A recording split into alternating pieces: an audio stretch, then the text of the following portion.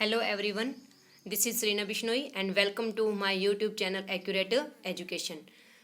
देखो आपके सामने एक साइड के ऊपर बड़ा ही प्यारा सा क्योर दिखाई दे रहा होगा आपको। अगर तुम सूरज की तरह चमकना चाहते हो तो सूरज की तरह जलना सीखो। ये सब डॉक्टर APJ अब्दुल कलाम ने कहे थे।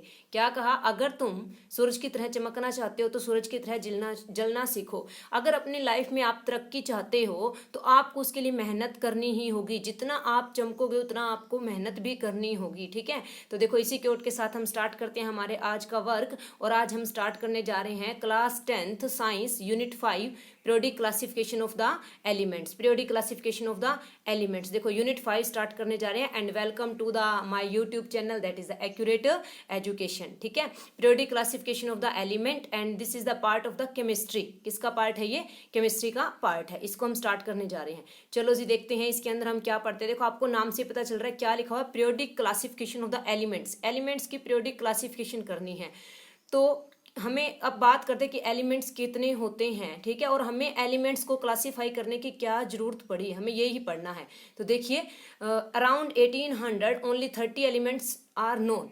1800 तक मीन्स की जो 17th सेंचुरी थी उसके एंड तक, 1800 के स्टार्टिंग तक ओनली 30 एलिमेंट्स नोन। सिर्फ 30 एलिमेंट हमारे को पता थे। और देखो 30 एलिमेंट्स की प्रॉपर्टी रीड करना आसान है, हम कर सकते हैं। अगर मैं आपको कहूँ कि भाई 30 स्टूडेंट्स हैं, आपको उनके नेम लर्न करने हैं, ठीक है, तो आप याद कर सकते हो। लेकिन later on many new elements were discovered and now number kept on increasing. इसका मतलब है इंक्रीजिंग कह रहा है। लेकिन धीरे धीरे नए एलिमेंट डिस्कवर होते रहे और उनके नंबर जो है वो इंक्रीज होते रहे। और अब की अगर हम बात करें 8 प्रेजेंट की अगर हम बात करें तो हमारे पास जो टोटल एलिमेंट है that is the 118 element. 8 present हमारे पास कितने एलिमेंट है?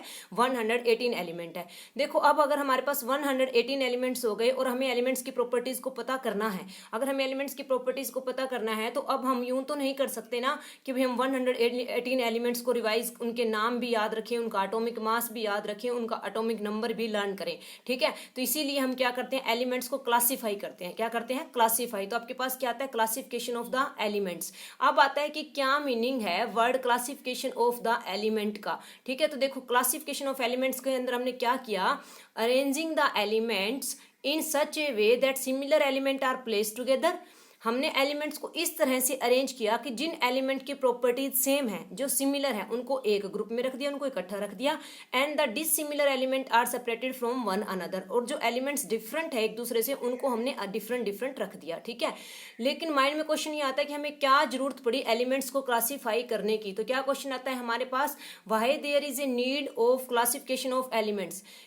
क्या जरूरत पड़ी हमें एलिमेंट्स को क्लासिफाई करने की। देखिए मान लें हम एक शॉपकीपर का एग्जांपल लेते हैं। एक दुकानदार है, अपनी दुकान चलाता है, तो वो दुकान के अंदर अलग अलग रखता है ना कि भाई एक कॉर्नर में वो नहाने की साबुन रखता है, एक कॉर्नर के अंदर वो कपड़े धोने की साबुन रखता है, एक कॉर्नर में वो खाने की चीजें रखता है जैसे लाइक बिस्किट, एक कॉर्नर में ब्रेड। इसी तरह से अगर हमारे पास, क्यों रखता है वो ऐसे दुकानदार, क्योंकि उसको क्या है, जब भी कोई भी कस्टमर उसका आए तो उसको आसानी हो उन चीजों को देने में। ठीक है, सिमिलरली अब हमारे पास टोटल एलिमेंट हो गए 118 और 118 एलिमेंट्स को एक साथ लर्न करना मुश्किल हो जाता है, उनकी सारी प्रॉपर्टीज माइंड में रखना मुश्किल हो जाता है। तो इसीलिए क्या किया साइंटिस्ट ने, उन्होंने ये किया कि जो एलिमेंट्स थे हमारे पास उन एलिमेंट्स को क्लासिफाई करने का सोचा।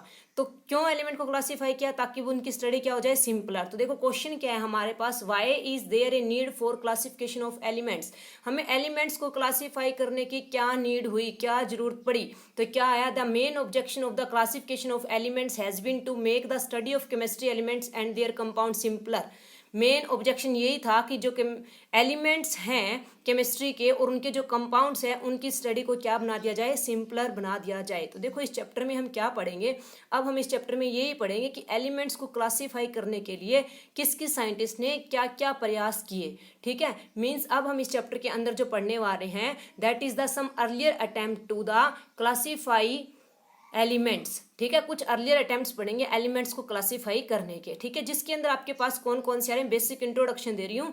आज हम इंट्रोडक्शन पढ़ेंगे, फिर कल से हम रेगुलर कंटिन्यू स्टार्ट करेंगे। ठीक है, तो देखिए हमारे नेक्स्ट वीडियो से तो लेवोसियर आ गया आपके पास। उसके बाद सेकंड कौन थे? Dobereiner triad. थर्ड थे Newland law of octave. Fourth थे Mendeleev periodic law and fifth था मॉडर्न पीरियोडिक लॉ। क्या था? Modern periodic law. ये बेसिकली आपके पास जो है 5 क्लासिफिकेशन है जो हमें पढ़नी है। फर्स्ट वाली जो क्लासिफिकेशन है वो इतनी इंपॉर्टेंट हमारे पास नहीं है, बट ये जो चारों क्लासिफिकेशन आगे की ये हमें करनी है डिटेल में। ठीक है, तो देखिए आपको माइंड में रखना है एलिमेंट्स को क्लासिफाई करने के लिए किस किसने प्रयास किए। सबसे पहले कौन बोलिए? लेवोसियर, फिर कौन? डोबर्नियर, फिर कौन? न्यूलैंड्स लॉ ऑफ ऑक्टेव, फिर कौन? मैंडली पीरियोडिक लॉ, फिर कौन? Modern periodic law.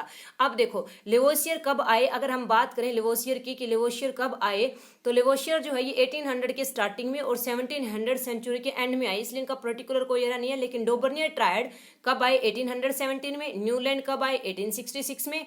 मैंडलिव कब आए? 1869 में। और जो मॉडर्न पीरियोडिक टेबल है जो हम अब पढ़ते हैं वो कब आई हमारे पास? 1913 में। क्लियर? ये आपको ध्यान रखना है, बेसिक सा पॉइंट था जो हमें इसके अंदर पढ़ना है। सारी चीजें ही पढ़नी है हमें कि इन्होंने कैसे कैसे एलिमेंट्स को अरेंज किया, कैसे उन एलिमेंट्स की प्रॉपर्टी रीड की, किस क्लासिफिकेशन की क्या लिमिटेशंस रही और क्या उसके इंपॉर्टेंट पॉइंट्स रहे। ठीक है, तो देखिए इसके अंदर हम सबसे पहले जो पढ़ने वाले हैं that is the Lavoisier classification. कौन सी क्लासिफिकेशन आती है आपके पास? Lavoisier classification. देखो जो लेवोसियर साइंटिस्ट है Antoine Lavoisier, he is also known as father of chemistry. Lavoisier को क्या कहा जाता है? Father of chemistry. आपको माइंड में रखना है, ये जनरल नॉलेज के भी क्वेश्चन आपसे पूछे जा सकते हैं कि केमिस्ट्री के फादर किन्हें कहा जाता है, तो किन्हें कहा जाता है? लेवोसियर को। लेवोसियर ने कहा कि मेरे टाइम पे जितने भी एलिमेंट प्रेजेंट है मैं उन एलिमेंट्स को क्लासीफाई करता हूँ 2 कैटेगरी में, and that is the metals and non metals. तो लेवोसियर ने अपने टाइम पे जितने भी एलिमेंट प्रेजेंट थे उन्हें क्लासीफाई कर दिया 2 कैटेगरीज में, और वो कैटेगरीज कौन कौन सी थी? मेटल्स और नॉन मेटल्स।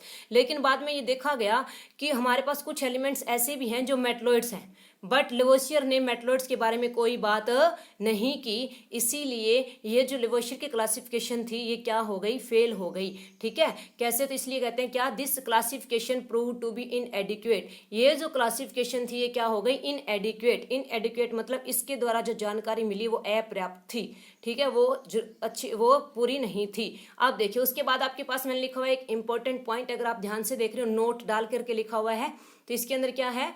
इन 1803 के अंदर आपके पास जोहन डोल्टन आए। जिन्होंने डोल्टन एटॉमिक थ्योरी दी थी। ठीक है, जोहन डोल्टन एक साइंटिस्ट आए, इन्होंने पब्लिश की, एक टेबल बनाई। इन्होंने क्या बनाई? एक टेबल। वो किससे रिलेटेड थी? एटॉमिक वेट, और now called as atomic mass, और उसे अब हम क्या कहते हैं? एटॉमिक मास कहते हैं एटॉमिक वेट को।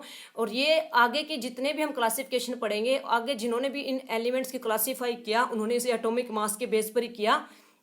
तो this formed an important basis of classification of elements. तो आता है कि जो एटॉमिक मास का कॉन्सेप्ट सबसे पहले किसने दिया था? जोहन डोल्टन ने दिया था, और फिर जोहन डोल्टन से ही साइंटिस्ट ने आइडिया लिया और उन्होंने एलिमेंट्स को अरेंज करना स्टार्ट किया। किसके बेस पर? उन्होंने एलिमेंट्स को अरेंज करना स्टार्ट किया एटॉमिक मास के बेस पर। ठीक है, तो आपको इतना करके रखना है, ये इसका इंट्रोडक्शन पार्ट है। क्लियर? ये अच्छे से समझ के करके रखना है, बाकी हम इसका पार्ट नेक्स्ट वीडियो के अंदर पढ़ेंगे। ठीक है, thank you so much students. देखिए मेरे चैनल को अगर आपको समझ आता है तो लाइक कीजिए, शेयर कीजिए, सब्सक्राइब कीजिए एंड कमेंट कीजिए। ठीक है, थैंक यू।